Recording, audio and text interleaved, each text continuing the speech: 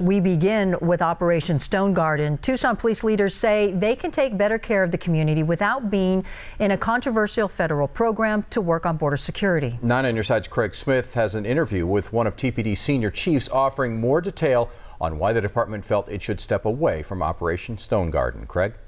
Operation Stone Garden covers equipment and overtime when local law enforcement gets involved in border security work. Pima County is wrestling with how it participates and whether it should stay in at all. Tucson Police have decided Stone Garden just does not fit with TPD's priorities for Tucson.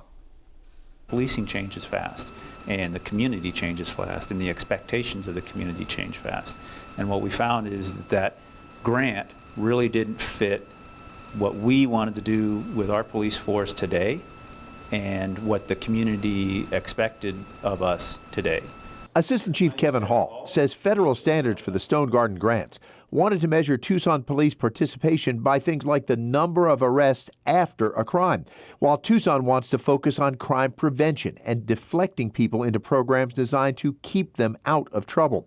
Years ago, Tucson police told officers immigration enforcement is not TPD's responsibility. It's for federal officers like Border Patrol and ICE. But the other issues, such as drug trafficking, human trafficking, we do address, but we can do it in a manner that is not restricted by the parameters of this grant, and we can do it more effectively.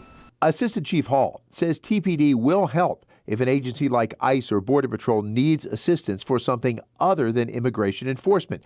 But even before the decision to drop out of Stone Garden, Tucson Police concluded the fear local police might enforce immigration was discouraging people from sharing information that helps police fight crime in the community. And what we found is, and what's fairly well documented through the Bureau of Justice Assistance, is that 50% of violent crimes across the country aren't reported. We believe that could possibly be higher here because of people's fear that they could be reported to Border Patrol.